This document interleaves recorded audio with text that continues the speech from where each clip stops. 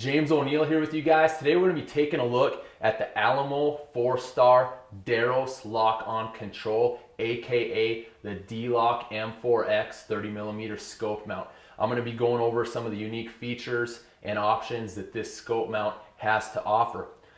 First off, you'll notice the height and the cantilever design, giving you proper eye relief and alignment on this kind of platform. Going back to the name of the scope mount, the M4X, that is what it's designed for, the M4, AR-15, AR-10 style platforms.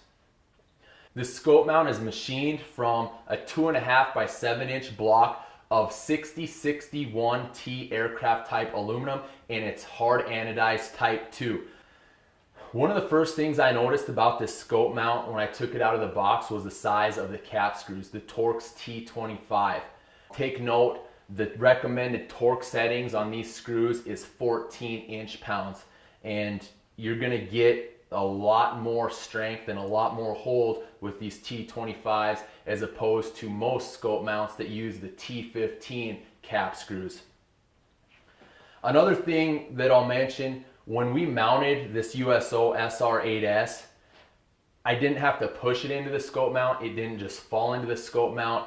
The machined contour of the mount, it was almost like a vacuum, like a magnet. It fit in there very, very smooth. This particular scope mount has a 0 cant. Taking a look at the ATK knobs, the Acorn torque knobs, these offer a couple unique features.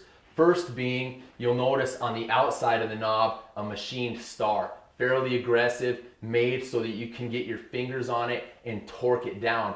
And for us during hunting season in the cold weather with our gloves, this will be a great feature because with our gloves you'll still be able to get a good grip on these ATK knobs and torque it down or release them if you need to.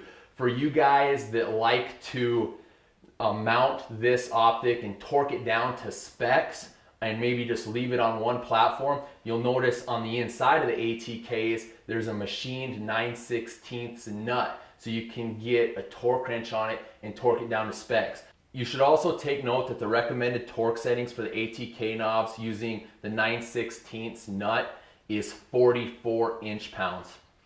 Taking a detailed look at the inside of the ATK knobs, you'll notice it's hard to see visually, but what he's got going on here is a helicoil system.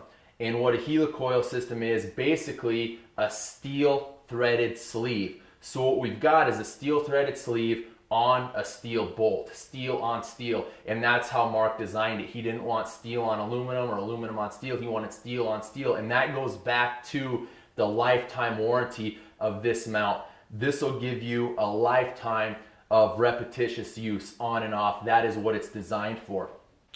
Taking a look at the inside of the ATK knobs, you can see a spring. And that spring aids in tension when you release these knobs. It just allows so these knobs aren't hanging loose. And you can easily manipulate this one-handed. You can remove it and mount it with a single hand. If you place your index finger, pointer finger, and thumb, squeeze it, and you can see how the spring system works. And this mount grabs the rail. The same principle applies to mounting it. And then you can either torque it down or finger tighten it as necessary. Taking a look at the bottom of the scope mount, you'll notice a fairly large portion grabbing the side of the rail. As a matter of fact, almost 4 inches on this side and then on this side as well.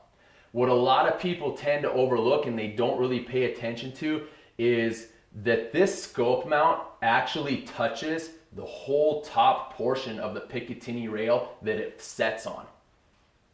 And you can actually see that if you take a close enough look at the bottom of the mount. You can see where each Picatinny lug is touching in between the recoil lugs and on the top portion of the mount. And that just goes back to the repeatability issue or the reassurance that your mount and your optic is going to return to 0 on each platform that you put it on. And of course, you'll notice at the bottom of the mount 6 recoil lugs, a very sure way to keep this thing mounted rock solid. I ran a couple different mounts, and this year in particular we ran a couple thermals that had throw levers, and it did mar up the rail on my AR and on one of my bolt guns on the EFR. It's just going to happen. With this scope mount, there's no marring, there's no scratching, there's no rubbing at all. And you can see on the top of the Reaper here, the Cerakote isn't rubbed off, it's not scraped off, it's not flaking off. And the same thing on the anodized upper of my Armalite Super Sass. Between the two platforms, we've swapped this mount and this optic probably 50 different times in between, and we're still not getting any wear on the Picatinny rail. Another thing that I need to fill you guys in on is some of the work that we've previously done between the DPMS Reaper and the Armalite Super Sass.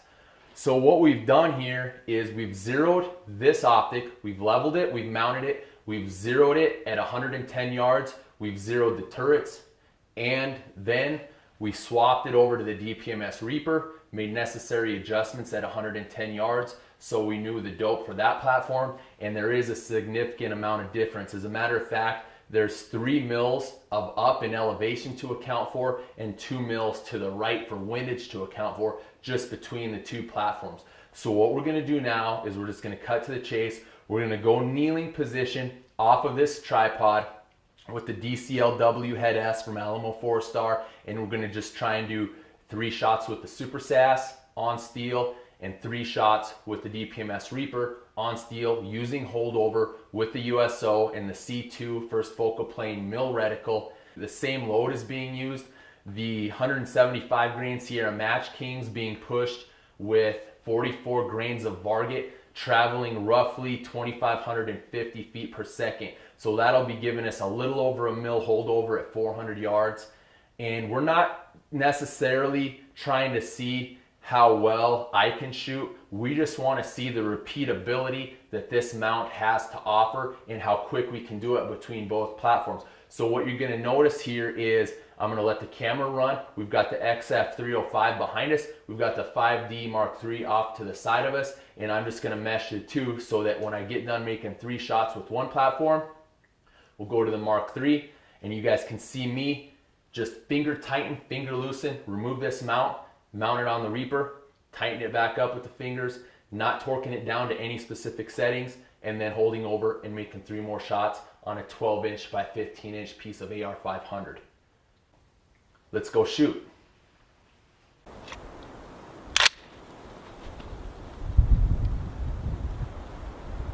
You good from that angle? Yep. Going hot.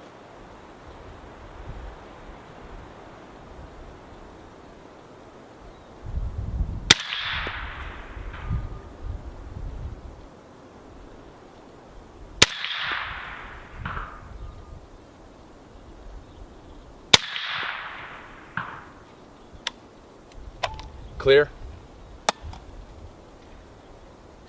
How was that group?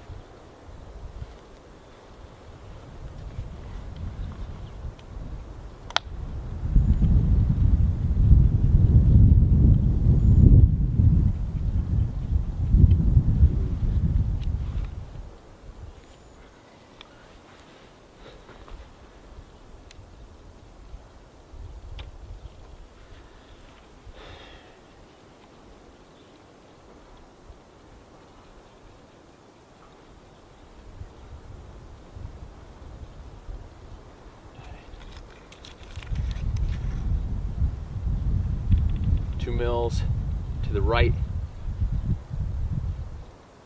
3 for elevation, same holdover, just over a mil at 1/4 of a mile. Going hot. You ready? Yep.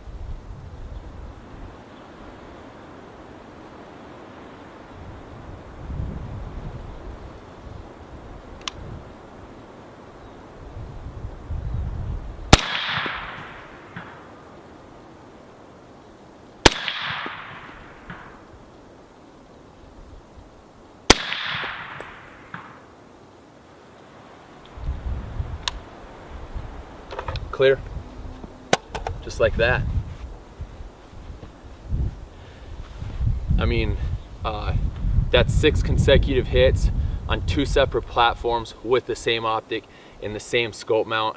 I mean, you really can't beat that. We could have went 5 rounds each, but in this instance, we're not trying to see how good of a shooter I am. What we're trying to do is see how good this equipment performs, and 3 shots is plenty at 1/4 of a mile with holdover using the US Optics SR8S and the Alamo 4-star DLOC M4X 30mm scope mount.